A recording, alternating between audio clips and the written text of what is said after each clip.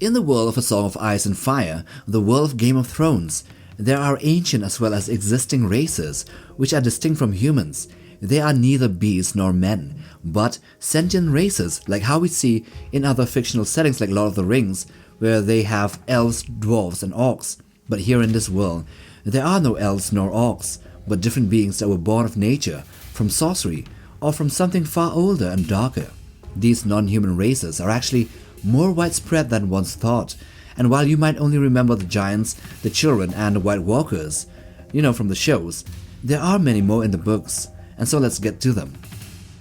So we begin here with the Children of the Forest, which are a diminutive, magical and deeply mysterious non-human race believed to be the original inhabitants of Westeros, and their existence there have predated human settlements by many thousands of years.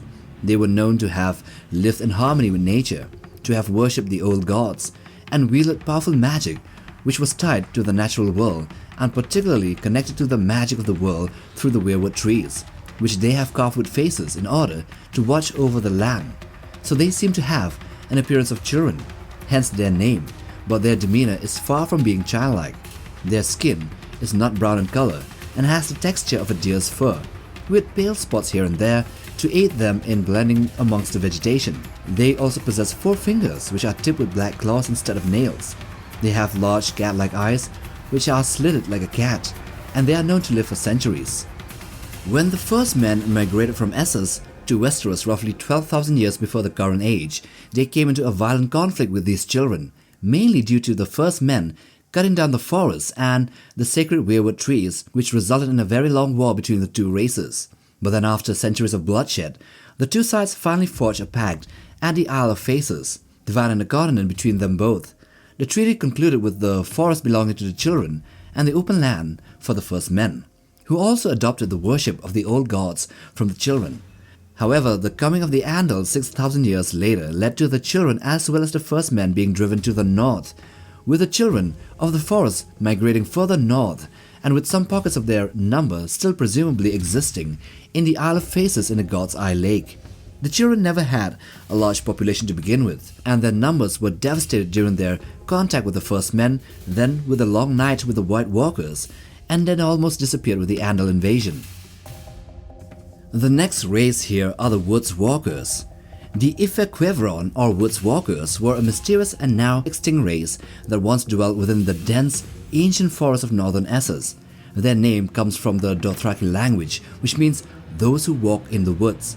This was as recorded by the merchant adventurer called Brian of Old Town.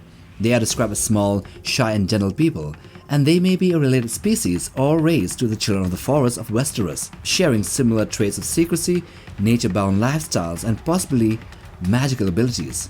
During the time of the Ifequevrons, the Dothraki riders notably avoided the northern woodlands, seemingly out of reverence or fear of these woods walkers. However, once the Ifequevron vanished from the region, the Dothraki began expanding into new territories, including launching assaults against the Ibbenese, which is another race that we will discuss here. The disappearance of the Ifequevron therefore marked the loss of an ancient race, now remembered only in scattered tales and half-forgotten legends. The third race here are the Giants. These are a race of sentient humanoid beings who once roamed wildly across the known world but now survive only in the frozen lands beyond the wall in the northern part of Westeros. Amongst the people of the Seven Kingdoms, giants are largely considered extinct or purely mythical. In truth, a dwindling number of them continue to live among the free folk, far from the southern kingdoms. These giants stand between 10 to 14 feet in height, and thus with their size they possess immense strength and are capable of feats such as tearing iron gates apart with their bare hands. Their bodies, while very similar to humans, have quite a few differences. Their heads jut out forward with hunched shoulders, and they have squashed-in faces with square teeth and tiny eyes buried in folds of thick skin and flesh. Now mostly confined to the far north of Westeros, evidence suggests that giants once roamed or inhabited many parts of Essos as well. Their bones have been found in the caves beneath the hills of Norvos and in the Bone Mountains, and the standing stones of the Velvet Hills, which are all attributed to their presence and strength. The next race here are the Jhogwin or the Stone Giants, which were an ancient and colossal race that was said to have inhabited the northern reaches of a snow-covered mountain range in northern Essos. The name Jhogwin comes likely from the Dothraki language, who refer to them as stone giants in their language. These beings are described, or were described as being twice the size of the giants of Westeros, which places them at easily over 20 to 25 feet tall, making them the largest known humanoid creatures ever known in the world. Towering and powerful, the Jhogwin once ruled over the realm of Jhogwin, a desolate and frigid landscape which is shaped by howling winds and endless snow. However, despite their strength and size, they were not immortal. Roughly 1,000 years ago, they were driven into extinction, with their massive bones only being the evidence for their existence in the past. Then next we have the Ibbenese and the Hairy Men. The Ibbenese are a distinct and ancient race of people who hail from the island nation of Ibben, located in the northern part of Essos. While sometimes referred to as simply the Men of Ib, they are considered by maesters to be physiologically and possibly ethnically distinct from other known races of mankind. Physically, the Ibbenese are short and stocky, seldom reaching or exceeding 5.5 feet in height. They are characterized by their heavy builds though, with broad shoulders, broad chests, long arms, and short stocky legs. Their facial features are notably primitive in appearance, with sloping brows, heavy ridges above their eyes, small sunken eyes, massive jaws, and square teeth. They are likely the Song of Ice and Fire versions of Neanderthals that survive alongside other humans here in this world. The language of the Ibbenese is a lot of gruffing and rasping, sounding to outsiders like grunts and growls, yet they are not simple nor brutish. They are actually known to be quite cunning and capable, and respected for their craftsmanship as well as hunting skills, especially whale hunting. Their seafaring traditions and trade networks stretch far beyond their cold shores. However, there are stark biological barriers between the Ibbenese and other human populations. Though crossbreeding is technically possible, unions between the Ibbenese and other human populations often result in infertile or malformed offsprings, and pregnancies often end with stillbirths or monstrous births. This is a clear sign of speciation, and that they are genetically distant from humans, something akin to that of the distance between lions and tigers. These Ibbenese were said to have descended from a previous extinct race known as the Hairy Men, which, come to think about it, might actually be the one and the same, but existing in a different location and at a different point in time. The next race here are the Brindled Men or the Sotori. These are the native inhabitants of the uncharted continent of Sothorius. Descriptions paint them different from the other races of mankind, so much so that they might actually be a different species altogether. This is biologically evident as they appear to be genetically isolated, as all attempts at interbreeding with outsiders have resulted only in stillbirths, often deformed. The Sothori are described as massively muscled beings with big bones, with long arms, coarse black hair, and thick brindled skin, which is patterned in shades of brown and white, giving them an animalistic appearance. Their sloped foreheads, broad flat noses, resembling snouts, with heavy jaws and huge square teeth only add to their fearsome and primitive impressions. While the Sothori near the Summer Sea have managed to engage in limited contact with other cultures, deeper into the southern jungles of Sothorius, they become more savage and barbaric in both appearance and culture. These more isolated clans are said to worship dark gods and perform obscene, blood-drenched rites, sometimes engaging even in cannibalism. The seventh race here are called the Maze Makers. These were an ancient race, now extinct, who once inhabited the islands of Lorath and parts of Essos long before recorded history. Their defining legacy are the constructions of massive stone labyrinths, vast and intricate, which are built from carved stone blocks that still confound scholars today. The Maze Makers left behind no written records, and thus their language, culture, and original purpose of the mazes remain shrouded in mystery. Physical evidence of their nature adds further intrigue to their mystery. Enormous bones believed to belong to these maze makers have been unearthed near some of their constructions. These remains are so large that some speculate the maze makers to be hybrids between humans and giants, or at the very least, a distinct and unusually massive offshoot of humanity. Lorathi legends tell a darker tale, that these maze makers were ultimately destroyed by sea-dwelling creatures who might have been Merlin, Selkies, or walrus men, and some maesters have even connected their downfall to the Deep Ones. And speaking about the Deep Ones, these are a legendary race of non-humans said to have existed during the Dawn Age, or they still do beneath the seas. They are described all over the world of Ice and Fire as half man and half fish in appearance. These creatures are believed to have dwelt in the deepest parts of the ocean, from where they allegedly attacked coastal settlements. While most maesters dismiss them as folklore, there are innumerable legends across Westeros, Essos, and Sothorius that consistently speak about these fish-like creatures, these races, amphibious beings which are associated with dark gods and terrible rites. Legends from Lorath also suggest that the mace makers were destroyed by these creatures from the sea, the deep ones.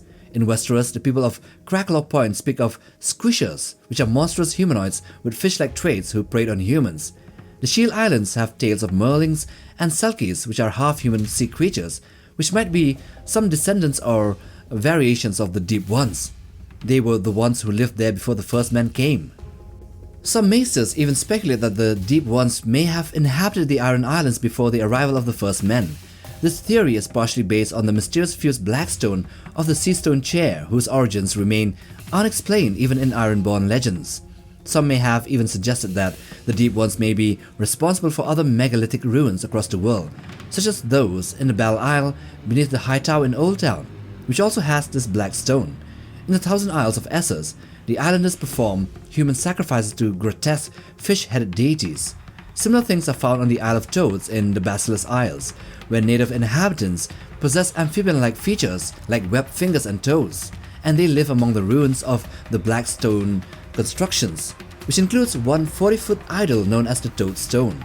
While it remains unclear whether the Deep Ones truly existed or they still do, the consistency of their lore across such disparate regions, many of which had no known contact with each other, raises important questions. They might really do exist. And given that George R.R. Martin is a big fan of H.P. Lovecraft, the Deep Ones might be actually his versions of the Deep Ones from the Cthulhu mythos, and the drowned god might be Cthulhu himself.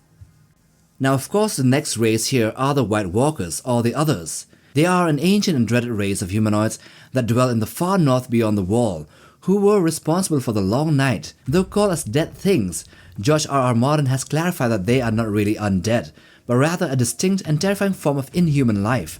They are tall, gaunt, and have flesh as pale as milk, with cold blue eyes that shine like eyes or blue stars. Their blood is pale blue, and their bones shimmer like milk glass. They move with an eerie grace, leaving no footprints in the snow, and they are often preceded by white mist and a cold blizzard. Whether they bring the cold with them or they are drawn to it remains unknown, but snowstorms, frost, and darkness tend to herald their presence. According to the tales of Old Nan, they hate all warm-blooded creatures, and legends say that they can smell life, or at least its warmth. They hide from sunlight, they move by night or in blizzards, and in some myths, it is said that they bring the night with them. The others wear reflective armor that blends in with their icy surroundings. They wield thin crystal-like swords that glow faintly blue, and can cut through metal with ease, and shatter ordinary steel.